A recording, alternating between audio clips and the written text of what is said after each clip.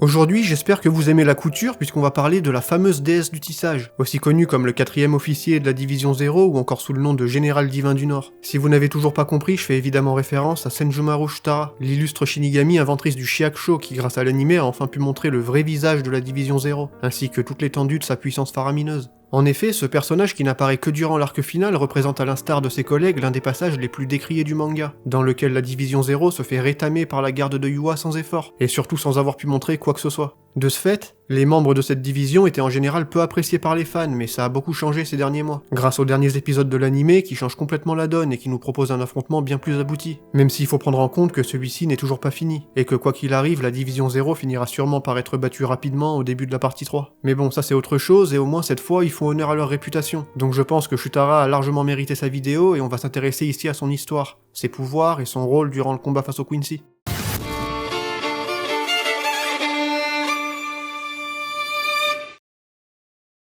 Commençons par parler un peu du passé, car même si on en sait peu sur la vie de Shutara avant qu'elle n'entre au service du roi des esprits, il y a quand même des choses notables à mentionner. Le plus important, c'est que bien avant la création du bureau de développement technique par Urahara, donc des centaines d'années auparavant, elle menait déjà une équipe de scientifiques qui effectuaient diverses recherches. Au sein de cette équipe se trouvait d'ailleurs Mayuri, avant qu'il ne se fasse injustement mettre sous les verrous par les instances du Seireitei. C'est pour ça que les deux se connaissent, mais le manga restait vague à l'époque quant à leur relation, et Tite Kubo a récemment apporté un peu plus de contexte. En plus de ça, le manga nous apprend que la 12e division se sert de ce qu'ils appellent l'échelle de Shutara pour évaluer les niveaux de dangerosité en lien avec l'équilibre des âmes, ce qui montre encore une fois qu'elle est une pionnière en termes de recherche et de science à Soul Society. C'est donc une scientifique à la base, une inventrice de génie dont les talents pour le tissage et la création sont sans égal, ce qui lui vaudra l'honneur de monter au palais du roi en tant que 4e officier de la division 0. Dans les romans Ken Furrier World, on nous fait d'ailleurs comprendre que c'est bien l'invention du Shiakusho qui lui a valu d'être promu. Après, j'aime penser que c'est surtout pour ses capacités de création globale qu'elle a été choisie, puisque tisser des Shiakusho n'est évidemment pas son seul talent, même si pour elle ça demande aucun effort et que ça simplifie énormément le processus, donc on comprend en quoi c'est une avancée notable. En effet, ces étoffes renferment de nombreux pouvoirs, et elle peut créer des tenues spéciales possédant des effets uniques impossibles à reproduire en temps normal.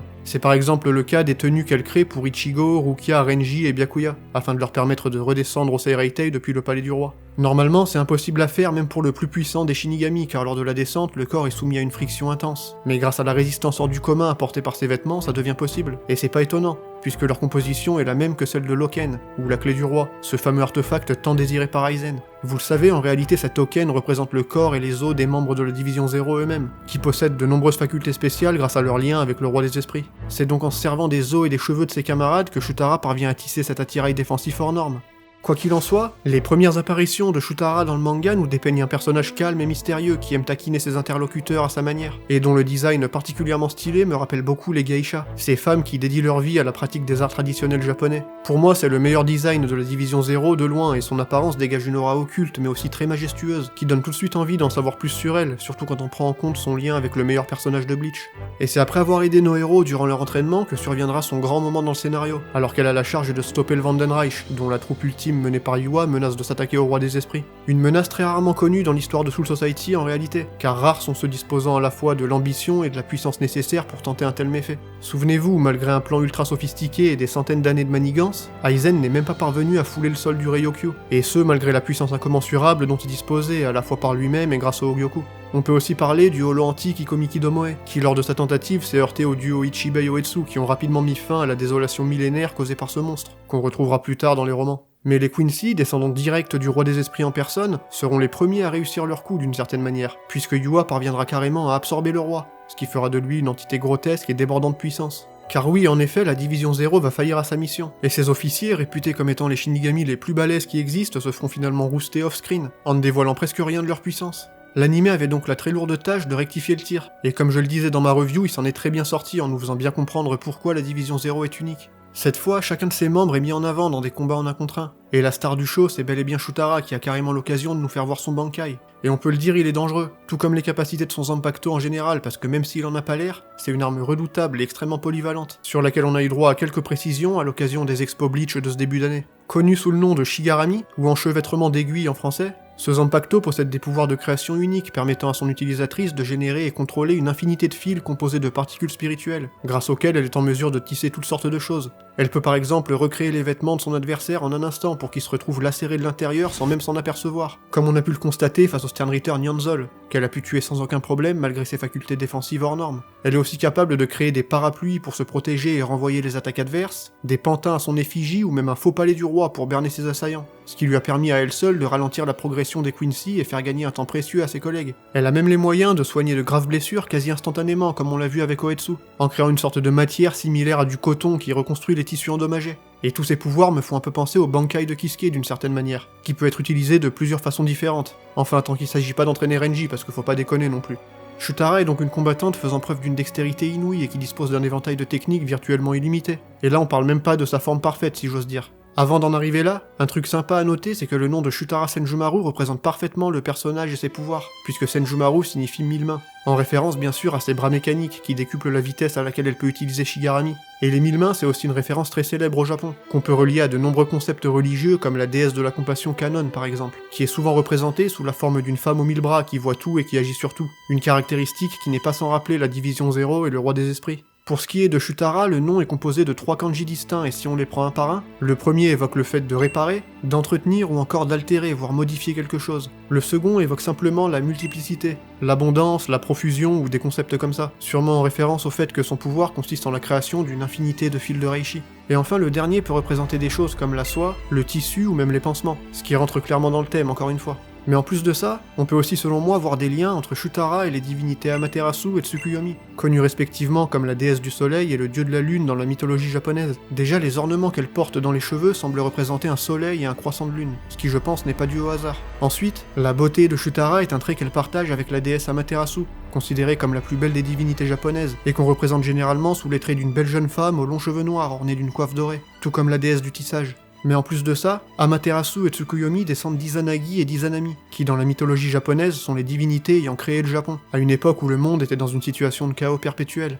Après ça, ils ont engendré plusieurs enfants, dont Amaterasu entre autres, et la plupart deviendront des divinités apportant aux Japonais des avancées majeures. C'est donc assez similaire à l'histoire du monde de Bleach révélé dans les romans, qui était en plein chaos avant d'être séparé en plusieurs mondes distincts, au sein desquels les membres de la Division 0 font un peu office de divinités qui protègent le roi des esprits et appliquent sa volonté, tout en étant eux-mêmes à l'origine d'avancées notables à Soul Society. Pour faire simple, le roi des esprits et les ancêtres fondateurs de Soul Society représenteraient Izanagi et Izanami ayant créé le Japon, et la Division 0 représenterait leurs descendants comme Amaterasu et Tsukuyomi, qui sont des dieux apportant le progrès à l'humanité.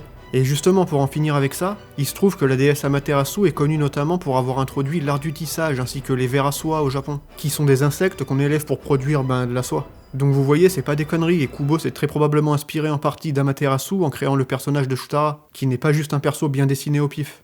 Mais je vous ai assez saoulé avec la mythologie, donc pour ce qui reste, parlons un peu plus en détail des pouvoirs de Shutara. D'ailleurs c'est marrant qu'elle affronte Uryu, qui est lui-même un grand fan de couture à la base, faut pas oublier ça. Et bon, je sais que le ton de l'arc se prête pas trop à l'humour, mais j'aurais quand même trop aimé une référence à ça pendant le combat, ça aurait été incroyable. Mais outre la bagarre, il faut dire que les pouvoirs de la déesse du tissage ont aussi un grand intérêt utilitaire, on va dire. Déjà, il y a évidemment les Shiakusho, mais elle joue aussi un rôle très important au sein du palais du roi, et on a récemment appris que c'est elle qui a créé le chemin de l'Irazu Sando, cet espace mystique emprunté par Ichigo lors de son entraînement. C'est pas pour rien d'ailleurs qu'après l'avoir franchi, il se retrouve directement face à Shutara. Et en plus, on peut noter que son Bankai fait apparaître un Tori, ces portails japonais typiques qu'on retrouve aussi dans l'Irazu Sando. Donc ça m'étonne pas du tout que ce soit elle qui en soit à l'origine. Mais justement, parlons-en de ce Bankai de fou, car même si on l'a déjà fait un peu dans les reviews, là, avec le recul, il y a des choses à dire. Surtout qu'on a aussi eu des infos là-dessus grâce aux expos Bleach de début d'année. Pour le coup, on va pas revenir sur la signification du nom du Bankai et de ses différentes techniques, on l'a déjà fait à l'époque et vous pouvez aller voir ça si ça vous intéresse, mais ce qui compte aujourd'hui c'est d'essayer de comprendre ses vrais pouvoirs et comment ils fonctionnent. Déjà pour s'en servir, vous savez que Shutara doit être en pleine possession de sa pression spirituelle, une chose qui est possible seulement lorsque les 3 autres officiers sacrifient leur vie. La pression spirituelle des membres de la Division 0 est si puissante qu'elle se fait ressentir à travers les différents mondes de Bleach et a des effets néfastes sur eux. En temps normal, elle est donc scellée pour éviter les problèmes, et pour que l'un des membres ait accès à tout son pouvoir, les autres doivent donc se sacrifier comme on l'a vu dans l'anime. C'est donc de cette façon qu'elle peut se servir de son Bankai face au Schutzstaffel qui commençait à prendre le dessus après que Yua se soit servi de l'Osvalen. Portant le nom de Shatatsu Karagara Shigarami no Tsuji, Kakashi, ce Bankai a pu à lui seul mettre à mal 6 des plus puissants Quincy. Et c'est vraiment une prouesse exceptionnelle à laquelle personne ne s'attendait avant l'ultime épisode de la partie 2. Bien sûr, comme je le disais, on sait bien qu'elle ne gagnera pas et Kuryu va retourner la situation. Mais à ce stade, elle est en position de force et son Bankai la fait rentrer dans une toute nouvelle dimension. Celui-ci pousse à l'extrême ses capacités de création et invoque un espace dans lequel apparaît une sorte de métier à tisser géant produisant de grandes étoffes de tissu. Plus précisément du tanmono qui est un tissu traditionnel japonais et qu'elle peut produire à l'infini. Une fois lancé, tout ce pris dans la zone d'activation semble sans défense, et Shutara peut isoler chacun de ses adversaires dans un espace restreint délimité par ses étoffes, dans lequel il subira un châtiment a priori mortel. Cette capacité appelée Shide no Rokushiki Yukimon no Hata est une des nombreuses techniques supposées de son Bankai, et on peut imaginer que les possibilités sont nombreuses à ce stade. Après, une des grandes questions, c'est est-ce que ces pouvoirs sont liés au destin ou au futur? En effet, chacun des supplices infligés aux Sternritter semble être lié à des éléments notables de leur personnage. Gerard se fait geler entièrement et ce sera pareil dans son combat futur avec Toshiro. L'île est attaquée par des yeux miroirs qui reflètent ses attaques et connaîtra le même destin en affrontant Nanao, et Yugram se fait brûler, ce qui représente probablement son lien avec Basby. Pour les autres, c'est un peu moins évident, mais il y a aussi des liens. Pernida se fait ensevelir par les entrailles du sable noir, ce qui rappelle un peu sa mort dans le manga face à Mayuri Enemu, sans compter que le nom de Kurotsuchi peut se traduire par terre noire, d'où ce fameux sable noir justement.